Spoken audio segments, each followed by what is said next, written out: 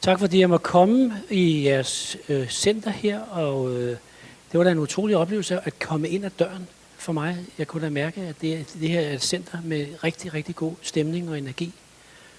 Det er ikke anerkendt på universiteterne i dag, at Platon skrev om meditation, og de kan ikke engang lide, at han skrev om reinkarnation og karma og andre spirituelle emner.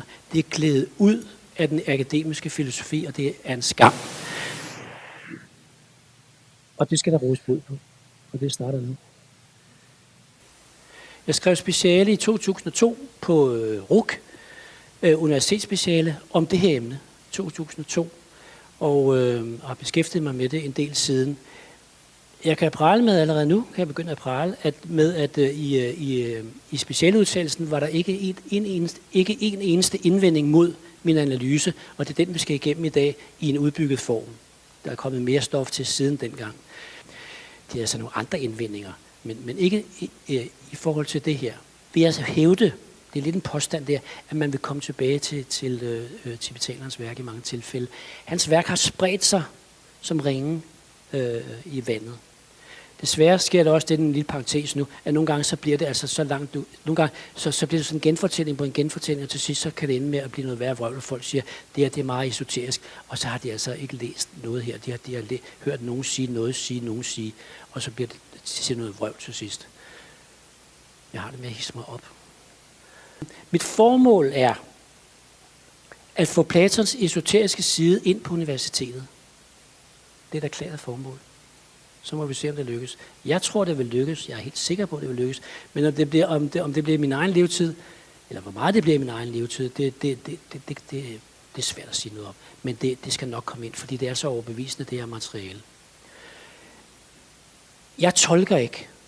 Det er ikke sådan, jeg siger, se det der citat her, det tyder på noget. Og det minder jo også om et eller andet. Der er ingen tolkninger i det her.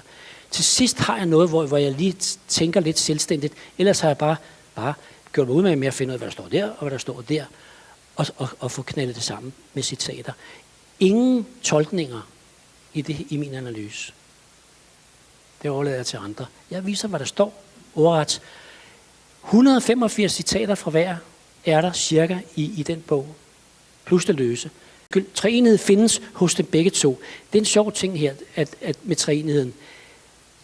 Jeg har ikke et eneste sted kunnet finde i nogen bog om, at Platon har en treenighed. Men det er da lidt spøjst, når Platon skriver om det gode og det sande og det skønne. Det står i alle bøger, i alle leksika. Der kan man læse om Platon, det gode og sande og det skønne. Hvorfor er der ikke nogen, der har lavet en treenighed ud af det? Det kan der være grunden til. Jeg skal ikke bruge tid på det nu, men det er der ikke nogen, der har gjort. Jeg har fisket den ud. Den er klokkeklar. Sammenlignelig med tibetanernes treenighed, som er ånd, stof og bevidsthed. Ånd, stof og bevidsthed. Det gode, det skønne og det sande. De skriver begge to, at der er en sjæl. Platon er helt tydelig med det.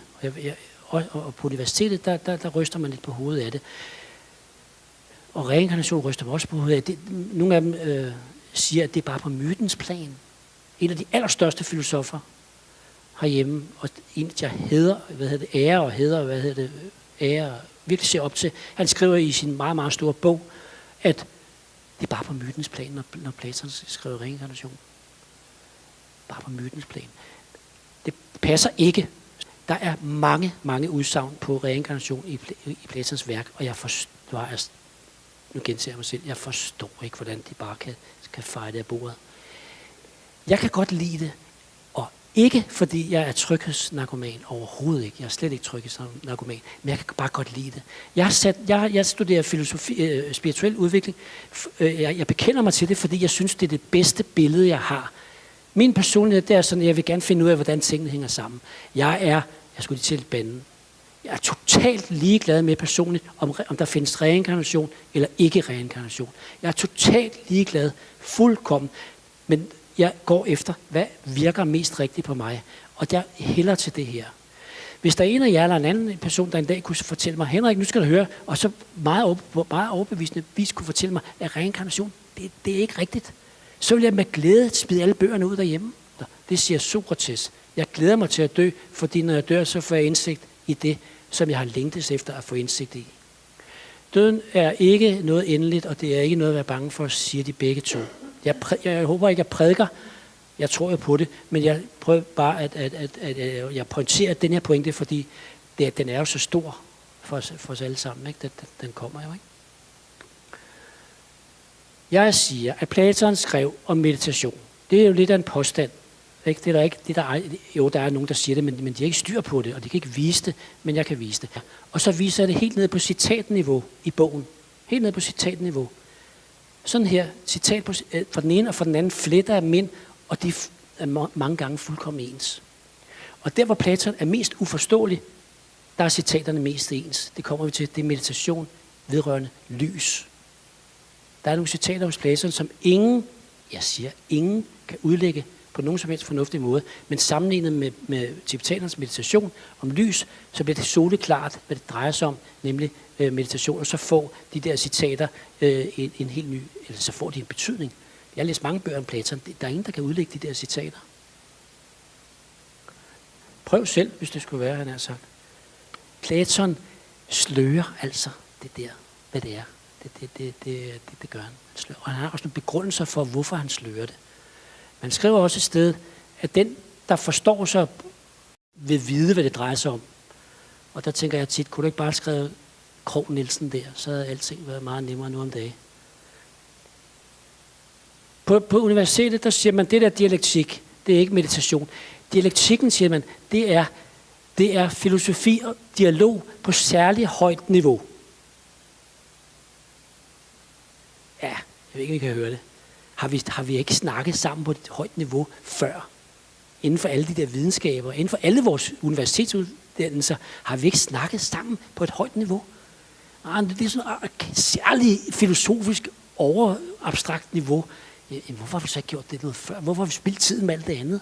Det er jo noget, altså jeg synes jo, det er noget vrøvl, ikke? Jeg har i alt 20 grunde, fordi jeg har holdt det her foredrag på Københavns Universitet for de studerende, dem der nu kom, det var ikke så mange, et par gange. Og hver gang så møder jeg den der, jamen Henrik, det er jo dialog, ikke? Og jeg har også rodet mig ind i diskussioner på Facebook, pas på med det. Der bliver folk sure, hvem det var dig? Folk bliver altså så sure, når jeg skriver det meditation. Nogen bliver virkelig perfide. Og jeg fremlægger det jeg har at fremlægge, og nogen bliver vrede. Måske fordi de elsker Platon, eller også fordi de ikke kan lide, at nu gør du ham åndelig. Ikke? Altså, de bruger ham på en anden måde.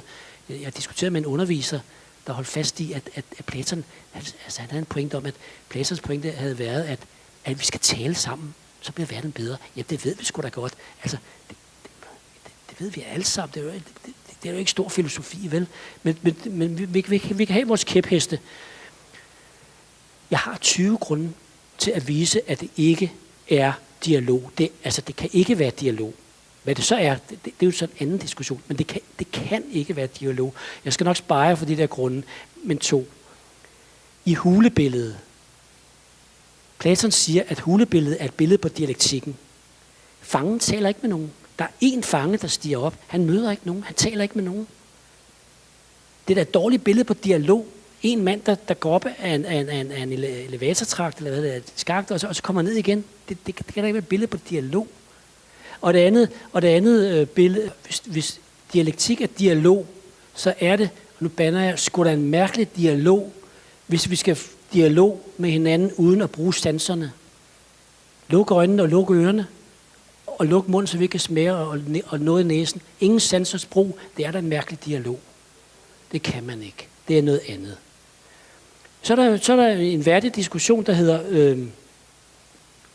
er det så med lukkede øjne, Henrik? Det vil de jo spørge mig om på universitetet, nu jeg prøver at sparke døren ind, ikke? Så vil de sige, er det med lukkede øjne? Der fik vi det ikke. Nej, for det er med lukkede øjne. Det står mange steder hos Platon. Og i bogen der har jeg jo selvfølgelig en masse udsagn om, at det her, det foregår med lukkede øjne. Det skriver han. Konklusion. Hvad sagde jeg? Det jeg glæder mig til at sige. Hvad sagde jeg? Platon har en tydelig esoterisk side generelt, specifikt meditation, og latent, det var de ting, jeg sagde, som var involution og evolution og bevidsthedens opståen. Ja, vi skal have det sidste med. Det er Sokrates. Hvis bare du vil hjælpe til med det, Hvis bare du vil hjælpe til som deltager i samtalen, skal jeg nok finde ud af det. Jeg elsker det citat. Ikke? Vi skal jo snakke sammen. Ikke? Og Sokrates, han kørte om hjørner med folk, men han inviterede jo os. Da jeg siger, han kørte om hjørner med folk, så var det, de var knivskarp, og han satte folk til vægs hurtigt. Hvis du bare vil hjælpe til i samtalen, så skal jeg nok finde ud af det. Det siger han også, og han siger også, jeg ved ikke så forfærdeligt meget selv. Det var det hele. Jeg siger tak for ordet.